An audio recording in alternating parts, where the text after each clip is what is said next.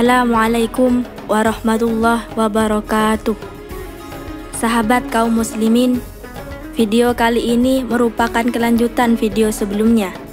Dan pada video kali ini akan menceritakan beberapa gambaran kisah Sayyidah Saudah radhiyallahu anha di bawah bimbingan Rasulullah sallallahu alaihi wasallam.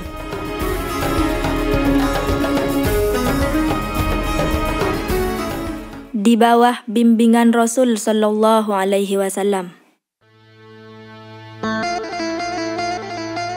Sayyidah Saudah radhiyallahu anha adalah wanita pertama yang dinikahi Nabi sallallahu alaihi wasallam setelah Sayyidah Khadijah radhiyallahu anha wafat. Ia menjadi satu-satunya istri Nabi sallallahu alaihi wasallam selama 3 tahun sebelum Rasulullah sallallahu alaihi wasallam menikah dengan Sayyidah Aisyah radhiyallahu anha. Sayyidah Saudah yakin sekali bahwa dirinya tidak mungkin dapat mengisi ruang kosong yang ditinggalkan oleh Sayyidah Khadijah radhiyallahu anha. Namun, ia tetap berusaha sekuat tenaga agar dapat mengisi rumah tangga yang penuh berkah tersebut dengan kenyamanan, kesenangan, dan kebahagiaan. Sayyidah Saudah radhiyallahu anha selalu berusaha meringankan beban penderitaan Rasulullah sallallahu alaihi wasallam saat menghadapi tekanan-tekanan kaum musyrikin. Ia bercerita tentang pengalaman-pengalamannya selama tinggal di Habasyah dan menceritakan panjang lebar tentang hari-hari putri beliau Sayyidah Ruqayyah radhiyallahu anha bersama suaminya Sayyidina Utsman bin Affan radhiyallahu anhu yang masih tinggal di sana. Sayyidah Saudah tahu bahwa Rasulullah sallallahu alaihi wasallam senang sekali mendengar berita tentang mereka berdua dan selalu tertarik dengannya. Itulah sebagian cara Sayyidah Saudah radhiyallahu anha untuk membahagiakan hati Rasulullah sallallahu alaihi wasallam.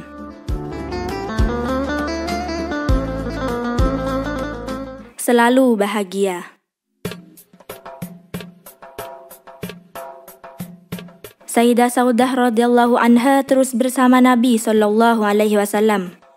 Ia memacu diri untuk menggali lebih banyak lagi pelajaran, akhlak, ilmu, dan kesabaran dari Nabi sallallahu alaihi wasallam. Hal ini membuatnya selalu bahagia. Sayyidah Saudah radhiyallahu anha pantas berbahagia karena ia selalu berada di samping Rasulullah sallallahu alaihi wasallam. Demi Allah, setiap orang di antara kita pasti berharap dapat bermimpi melihat sosok Nabi sallallahu alaihi wasallam meskipun hanya sekali. Lalu, bagaimana dengan orang yang setiap saat hidup bersamanya dan berbincang-bincang dengannya? Sebenarnya, Sayyidah Saudah radhiyallahu anha tidak pernah membayangkan akan menjadi ummul mukminin dan istri manusia paling agung sepanjang masa. Tapi, itulah karunia Allah yang diberikannya kepada siapa saja yang dikehendakinya. Allah adalah Maha Pemberi anugerah yang besar.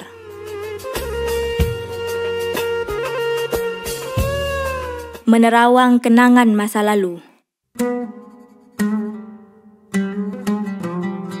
Sayyidah Saudah radhiyallahu anha selalu menunjukkan sikap yang sangat terpuji di rumah Rasulullah sallallahu alaihi wasallam. Suatu ketika, Sayyidah Ruqayyah binti Rasulullah sallallahu alaihi wasallam dan suaminya Sayyidina Utsman bin Affan tiba di Makkah setelah menetap sekian lama di negeri hijrah, yakni Habasyah. Sepasang mata Sayyidah Ruqayyah bergerak ke sana ke sini meneliti sekitar rumah yang sangat agung itu, rumah ibundanya Sayyidah Khadijah radhiyallahu anha, rumah yang telah memberinya kenang-kenangan paling indah sepanjang hidupnya. Rumah yang menjadi tempat turunnya wahyu dan persemaian iman, rumah kejujuran dan ketulusan.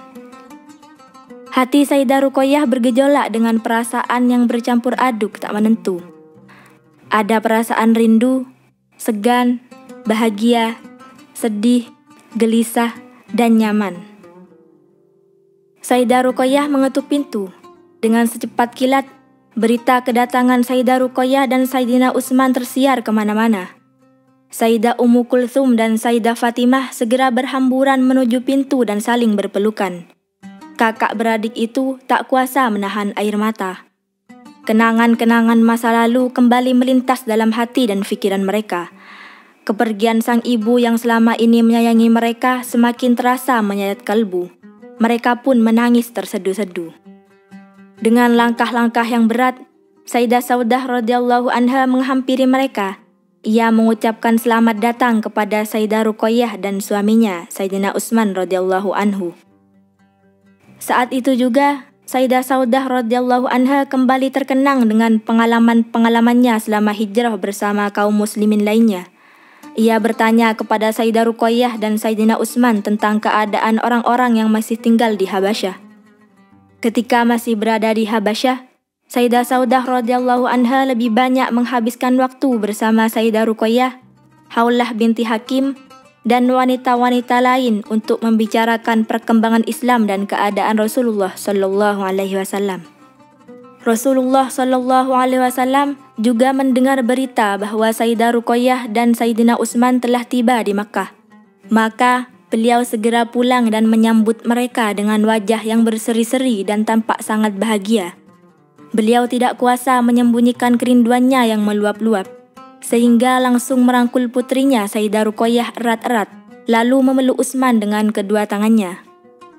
Setelah suasana terasa tenang, mereka duduk dan mendengarkan cerita Sayyidah Ruqayyah dan Sayyidina Utsman seputar perjalanan hijrah, negeri Habasyah, kaum muslimin yang masih berada di sana, dan Najasyi.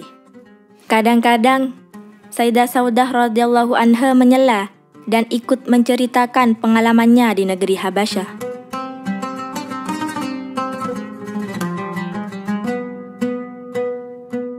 Hijrah ke Madinah.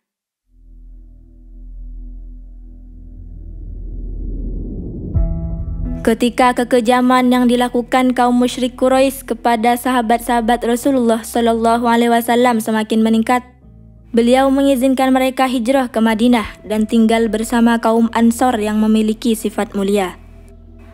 Seperti yang dinyatakan oleh Allah Subhanahu wa taala, dan orang-orang yang telah menempati kota Madinah dan telah beriman, kaum Ansor, sebelum kedatangan mereka, kaum Muhajirin, mereka mencintai orang yang berhijrah kepada mereka, dan mereka tiada menaruh keinginan dalam hati mereka terhadap apa-apa yang diberikan kepada mereka orang-orang Muhajirin. Dan mereka mengutamakan orang-orang Muhajirin atas diri mereka sendiri, sekalipun mereka memerlukan apa yang mereka berikan itu. Barang siapa yang dipelihara dari kekikiran dirinya, mereka itulah orang-orang yang beruntung. Quran Surah Al-Hasyr ayat 9. Setelah sebagian besar sahabat telah hijrah ke Madinah, Rasulullah sallallahu alaihi wasallam menyusul mereka untuk membangun negara Islam yang dapat menjadi mercusuar yang menerangi seluruh alam raya. Setelah menetap beberapa saat, Rasulullah sallallahu alaihi wasallam mengutus Sayyidina Zaid bersama pelayannya Abu Rafi dengan dibekali 2 ekor unta dan uang sebesar 500 dirham. Mereka pergi ke Makkah untuk menjemput Sayyidah Fatimah, Sayyidah Ummu Kulthum, Sayyidah Saudah binti Zam'ah, Sayyidah Ummu Aiman, dan Sayyidina Usamah putra Zaid.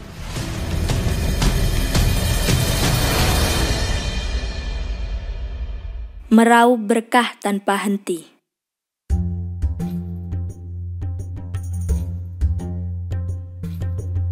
Sayyidah Saudah radhiyallahu anha menetap di Madinah bersama Nabi sallallahu alaihi wasallam. Tidak lama kemudian, Nabi sallallahu alaihi wasallam membina rumah tangga dengan Sayyidah Aisyah radhiyallahu anha. Sayyidah Aisyah sangat menyukai Sayyidah Saudah radhiyallahu anha, sehingga tidak heran banyak cerita menarik yang melibatkan mereka berdua. Anugerah dan berkah terus bermunculan dari pernikahan-pernikahan Rasulullah sallallahu alaihi wasallam berikutnya, sehingga untayan kalung yang mulia ini menjadi sempurna. Sungguh, mereka membentuk rumah tangga yang mulia dan penuh berkah. Allah telah menghilangkan noda dari mereka dan menyucikan mereka sesuci-sucinya. Allah memberikan berkah dan anugerah yang melimpah agar rumah-rumah dan penghuninya itu menjadi matahari yang menyinari jalan semua manusia menuju Allah Azza wa Jalla. Mengutamakan orang lain.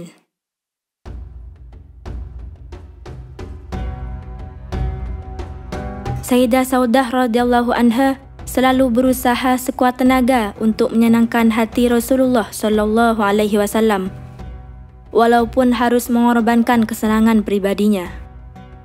Ia tahu betul bahwa wanita yang paling dicintai oleh beliau dari sekian banyak istri-istrinya adalah Sayyidah Aisyah radhiyallahu anha. Untuk itu, ia ingin sekali menyenangkan hati beliau dari celah ini, yaitu dengan memberikan jatah hari gilirannya kepada Sayyidah Aisyah radhiyallahu anha demi mendapatkan keridhaan Rasulullah Shallallahu Alaihi Wasallam. Sayyidah Aisyah radhiyallahu anha berkata, jika Rasulullah Shallallahu Alaihi Wasallam hendak melakukan perjalanan jauh, beliau selalu mengundi istri-istrinya. Siapa yang keluar namanya, maka dialah yang menyertai beliau dalam perjalanan tersebut. Selain itu, beliau juga menggilir istri-istrinya setiap sehari semalam kecuali Saudah. Ia memberikan hari gilirannya kepada Aisyah istri Nabi Shallallahu Alaihi Wasallam untuk menyenangkan Rasulullah Shallallahu Alaihi Wasallam. Hadis riwayat Bukhari. Urwah menyatakan bahwa Sayyidah Aisyah radhiyallahu anha berkata, wahai putra saudara perempuanku, Rasulullah Shallallahu Alaihi Wasallam tidak pernah membedakan pembagian di antara kami, termasuk membagi giliran tinggal bersama kami. Sangat jarang beliau berkeliling kepada semua istrinya.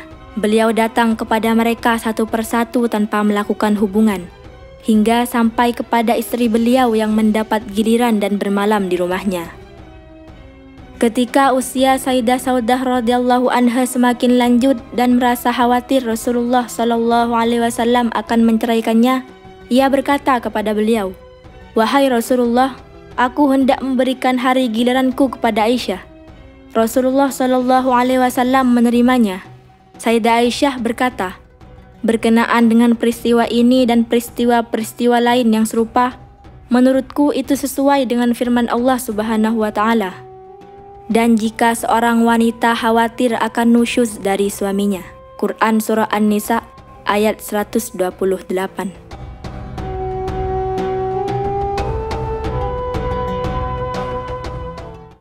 Sekian video kali ini, semoga manfaat dan barokah.